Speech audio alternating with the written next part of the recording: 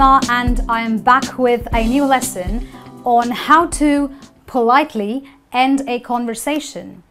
Now, have you ever been in a situation wherein you were talking to or maybe having a conversation with, say, a friend, a work colleague, or maybe a relative, and in the middle of the conversation, you feel like you just have to go somewhere and go off to do some important work. But unfortunately, the person who you are talking to is not ready to stop talking. He just wants to go on and on and on. Now, when that happens, you've got to politely end that conversation. In other words, you've got to depart gracefully, because gentle social behavior is very important for us to get along with others, right? So therefore, it is very, very important to politely end a conversation.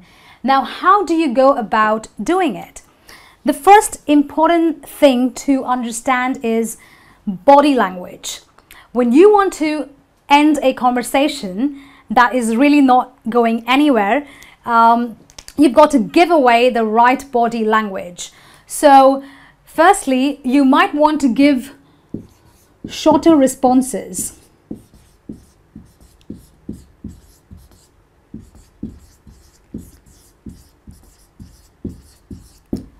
So you are talking to a family member or a relative, a distant relative who barely talks to you, but he keeps asking you about your family, your sister, your brother, and you don't want to really go into it. So you can keep your responses really short. You can say that they're fine, they're doing very well, thank you.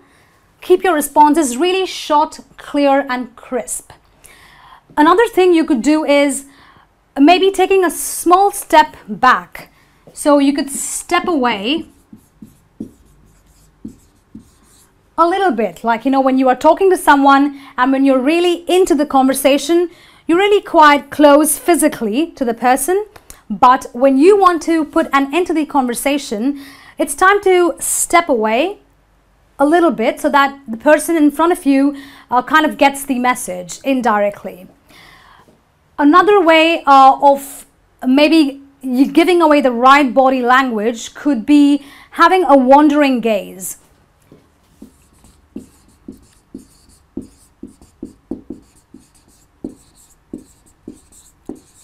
What is a wandering gaze? When I'm looking at you and looking at you and focusing my eye contact at you, that's a very focused gaze. But when I'm kind of looking elsewhere, I'm kind of giving away the message that I'm not really into the conversation. So that's what a wandering gaze is all about. It's a gaze that does not really focus on the person you are talking to, but it kind of looks around a bit because you're kind of trying to get out of the conversation. Other ways that you can show or give away body language is maybe putting on a sweater or putting on a jacket, or maybe, kind of putting things in your bag. So those are the different body languages that you can give away when you want to indirectly tell the person that you are done with the conversation and that you really have to go. The second point is a pause. Now, no matter how much the person in front of you keeps talking, there is a point in time when there is going to be a pause in the conversation. Now, that's your opportunity to offer maybe a handshake,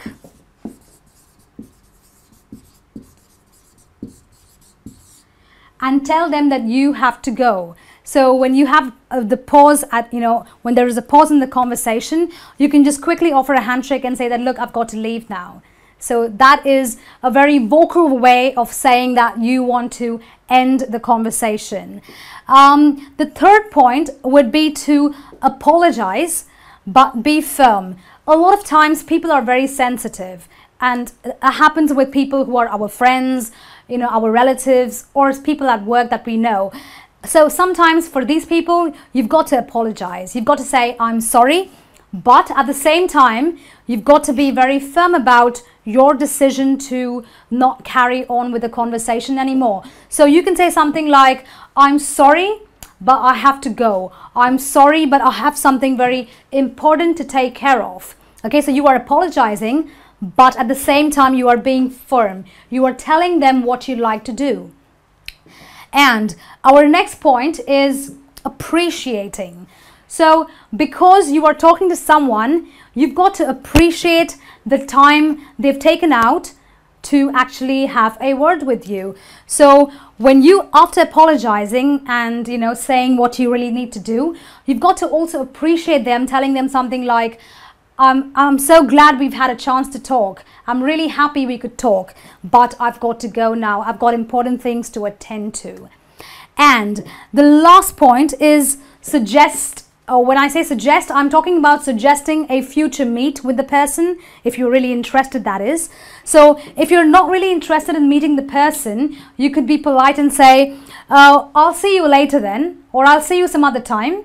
But if you're really interested in meeting this person again, you could say something like, how about us meeting on a Wednesday, next Wednesday, or next Sunday, or how about you popping in for lunch, next week. So you always suggest a future meeting, because that way the person who you are talking to does not feel offended that you've had to cut his conversation short.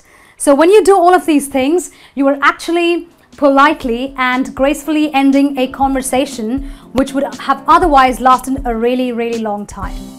Well, that's it from me on this lesson on politely ending a conversation. I'll see you with some more lessons. Until then, this is me saying goodbye.